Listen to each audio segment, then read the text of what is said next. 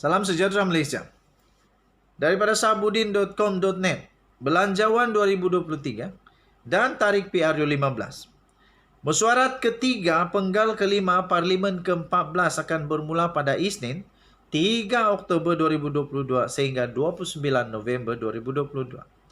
Mesyuarat tersebut mengambil masa selama 32 hari. Pada Jumaat 4 petang 7 Oktober 2022 akan dibentangkan Belanjawan Kerajaan Persekutuan bagi tahun 2023. Sebuah kerajaan persekutuan yang bertanggung jawab akan membentangkan rang undang-undang Belanjawan tahun 2023 pada 7 Oktober tahun 2022. Diikuti dengan perbahasan di Dewan Rakyat sepenuhnya di peringkat dasar dan jawatan kuasa bagi setiap kementerian. Selepas perbahasan, perlu dijalankan pengundian bagi setiap kementerian dan belanjawan keseluruhan negara juga adalah wajib dijalankan undian supaya RUU Rang Undang-Undang Perbekalan atau Belanjawan 2023 itu selepas diluluskan oleh Dewan Rakyat akan dibentangkan untuk kelulusan Dewan Negara sebelum menjadi undang-undang. Proses ini akan mengambil masa sehingga ke bulan Disember 2022. Ini bermakna tuan-tuan dan puan-puan, pilihan raya umum ke-15 hanya boleh diadakan pada tahun 2023.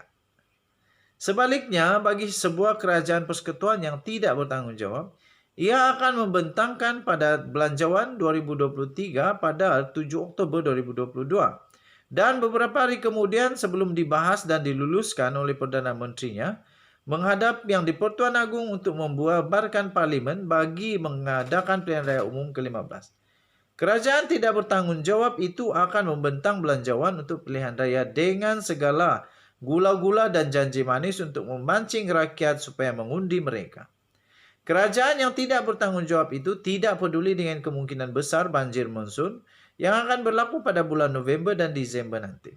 Kerajaan yang tidak bermoral itu akan bentangkan Belanjawan negara bersifat sandiwara dengan tujuan hanya untuk mendapatkan undi rakyat dalam pilihan raya umum pada musim banjir. Apabila Parlimen dibubarkan, sedangkan Belanjawan 2023 yang dibentangkan tetapi belum diluluskan, maka semua prosiding sidang Parlimen itu hanya jadi wayang saja untuk menipu rakyat. Jika senario ini benar-benar berlaku, maka selepas PRU 15 nanti, Rang Undang-Undang Perbekalan 2023 Belanjawan perlu dibentangkan semula oleh Kerajaan Persekutuan yang baru. Dari segi undang-undang perlembagaan, Kerajaan Persekutuan bagi Parlimen ke-14 adalah berbeza dengan Kerajaan Persekutuan bagi Parlimen ke-15.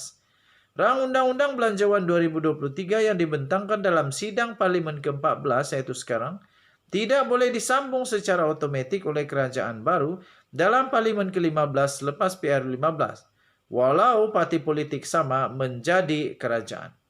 Apatah lagi jika parti politik yang lain pula berkuasa selepas PRU 15. Jadi sebagai seorang ahli parlimen, maka saya menasihatkan Perdana Menteri, yaitu Datuk Seri Ismail Sabri Yaakob dan Kerajaan Hybrid bersama BN dan Perikatan Nasional, supaya membentangkan Belanjawan yang betul, bukan sandiwara untuk tahun 2023 yang boleh dipertanggungjawabkan. Katanya, kita tidak mahu pembentangan Belanjawan olok-olok atau wayang atau sandiwara pada 7 Oktober 2022.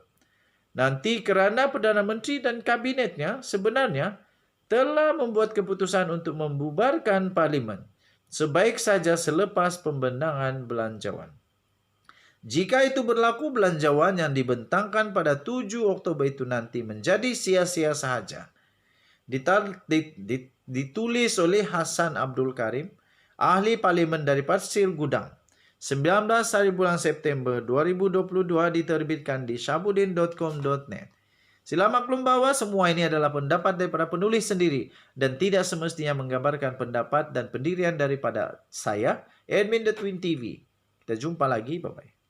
Ini satu berita yang amat buruk bagi Najib Razak. Sudah dipenjara, sakit ulcer, darah tinggi, masuk hospital, dapat ekon, tidur yang okey. Itu realiti dia lah. Takkanlah kita cakap di hospital dia pakai kipas pula. Mana? Dia mungkin ada kipas juga lah, mungkin kipas, mungkin aircon. Tapi yang pasti saya pikir macam mana pun memang hospital lebih selesa daripada di penjara lah.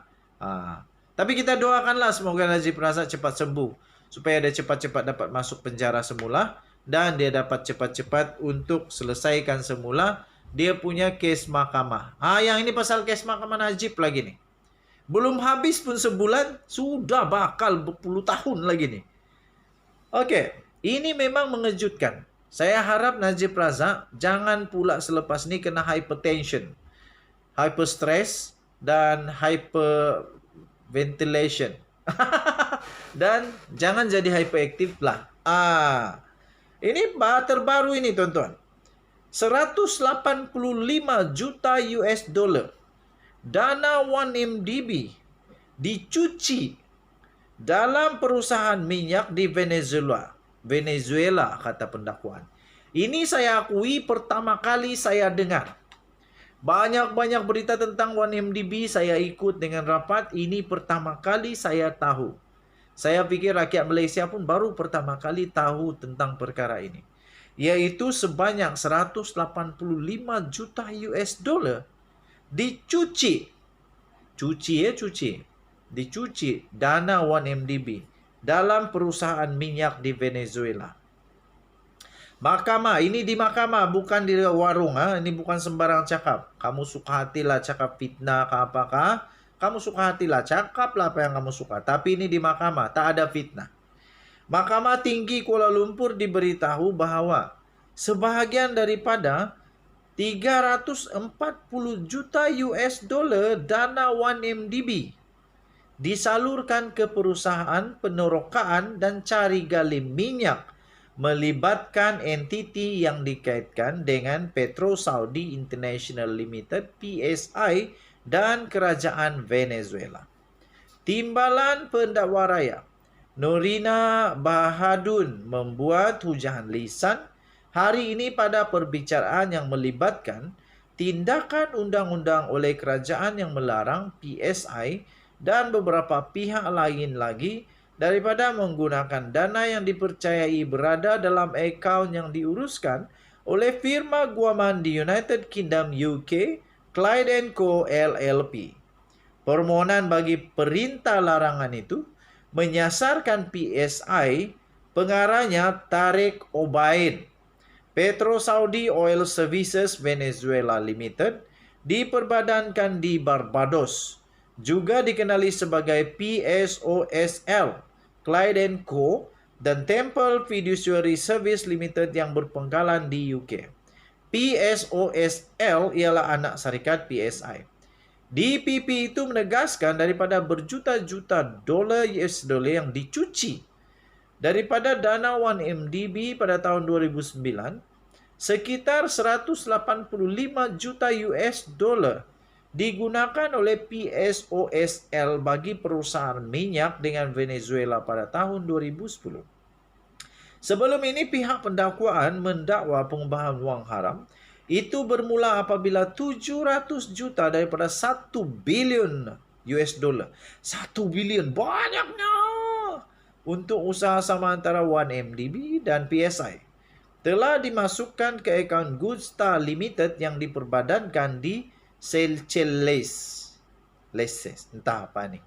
Gusta didakwa mempunyai kaitan dengan perniagaan yang menjadi buruan Lotte Jojolo yang didakwa pihak pendakwaan telah mengatur penyelewengan dana daripada 1MDB dengan kuasa daripada bekas Perdana Menteri ketika itu Najib Razak. Hujah ini dibangkitkan oleh pihak pendakwaan semasa perbicaraan rasuah terhadap Najib yang membabitkan penyelewengan dana 2.28 bilion 1MDB. Norina hari ini juga turut berhujah bahawa 185 juta US dollar itu daripada dana 1MDB yang diterima oleh PSOSL yang menggunakan sebahagian daripadanya untuk membeli kapal gerudi Discoverer sebagai sebahagian daripada usaha sama minyak dengan Petróleos de Venezuela SA PDVSA yaitu serikat minyak milik negara Venezuela. Kami telah melihat dalam pertimbangan PDVSA dalam minit mereka. Kami telah melihat ini dalam kontrak penggerudian. Kami telah melihat ini dalam memorandum produk dengan mencari dana untuk bond. Dan kami telah melihat ini dalam perjanjian bond global itu sendiri. Dan kita tahu asal-usul wang PSOSL, asalnya dana 1MDB, kata Norina. Prosiding di hadapan Pesuruhjaya Hakiman Ahmad Syaril Muhammad Saleh disambung petang ini. Tuan-tuan dan puan-puan yang dihormati sekalian, Kerajaan Malaysia telah memfailkan tindakan undang-undang pada 14 Julai 2020 dengan mendakwa bahawa jumlah keseluruhan 340,258,200 apa nih? Saya pun tidak pasti apa ini. 34 apa-apa aja lah. Kamu bacalah berita dia di Malaysia kini. Adalah daripada pengubahan wang haram.